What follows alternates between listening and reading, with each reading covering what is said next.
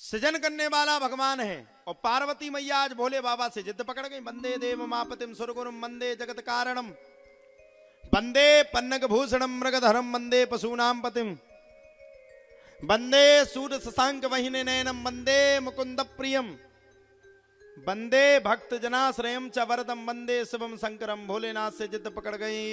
अमर कथा तुम्हें सुनानी पड़ेगी, सुनानी पड़ेगी, सुनानी पड़ेगी। अच्छा, माता ने दोनों जन्मों में जिद पकड़ी। भोले बाबा की अर्धांगिनी धर्मपत्नी, हम सबकी मां, इनके दो अवतार हुए, सती के रूप में हुई। पहली जिद ने सती के रूप में पकड़ी। भोले बाबा ने बार बार मना किया, राजा दक्ष के पास मत जाना, लेकिन किसी की बात नहीं सुनी, चली गई जिद पकड़ के। अच्छा, इसके पीछे एक कारण और है।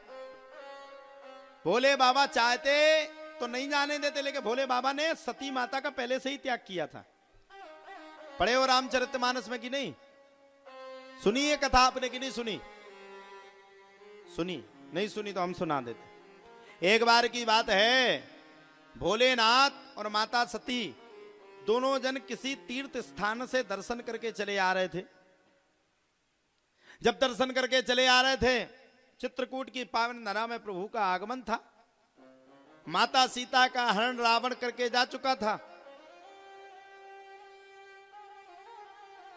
भगवान राम माता सीता को संपूर्ण भारतवर्ष में संपूर्ण जगह विचरण कर करके ढूंढ रहे थे।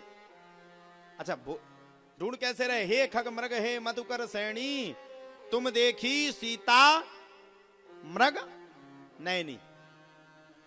ढूंढ रहे थे, हे खग हे मृग हे मधुकर हे श्रेणी, क्या तुमने मेरी पत्नी धर्म पत्नी सीता को देखा? अच्छा, सब जगह ढूंढे, हर जगह परेशान हो गए, अपनी पत्नी को देख देख करके हैरान हो गए। धन्य है भगवान राम। भोले बाबा ने देखा भगवान राम को, देखा देखते ही साथ, भगवान राम को देखते ही साथ भोले बाबा ने हाथ जोड़े और हाथ जोड़ करके भगवान की स्तुति करने लगे।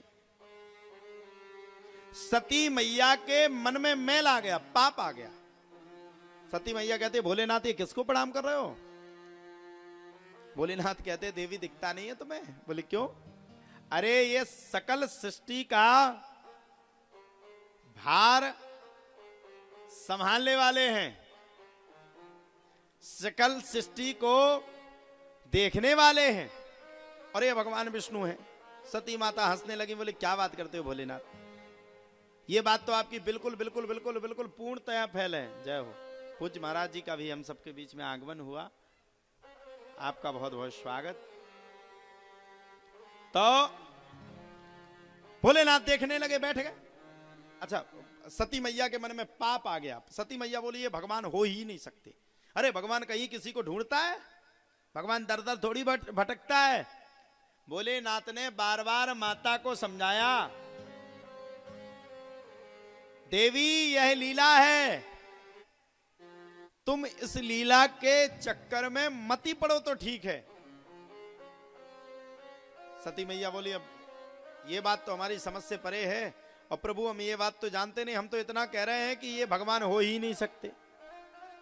भोलेनाथ ने कहा, देवी ये तुम गलत कह रही हो, यही भगवान है, यह प्रत्यक्ष भगवान विष्णु है, श्री हरि विष्णु है, और इनकी कला प्रत्यक्षमय है, कलामय है, ये कला से परिपूर्णित हैं, ये कला को जानने वाले हैं, इसलिए इनकी परीक्षा मत लो। सती बोली, प्रभु हम मान ही नहीं सकते, भगवान हो ही नहीं सकते, दर दर भटक रहे, वनवासी का भेष धारण किए। अरे भगवान को क्या वनवासी का भेष धारण करना है? इसके पीछे भी एक प्रयोजन है। किसी ने मुझे बताया था कि भगवान राम को, विष्णु भगवान को कोई श्राप लगा था वन में जाने का। अबे भगवान जाने, एक संत जी बता रहे थे, लगा था। और उसी, अच्छा भगवान को पहली बात तो श्राप राप लगते ही नहीं,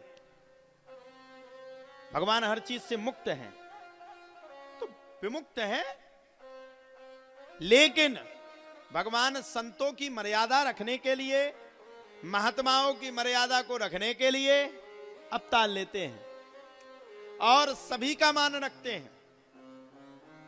अब हुआ क्या, सती मैया बोली हम तो परीक्षा लेंगे। भोले बाबा बोले ठीक है, तुम्हारी इच्छा है, अगर तुम अपने मन से इच्छा वृत्ति रखती हो, अगर तुम्हारे मन में विचार है तो कोई बात नहीं, परीक्षा ले लो। लेना प्रारंभ कर दिया सती माता ने। सती माता भगवान माता सीता का रूप धारण करके एक वटवृक्ष के नीचे जाकर के विराजमान है।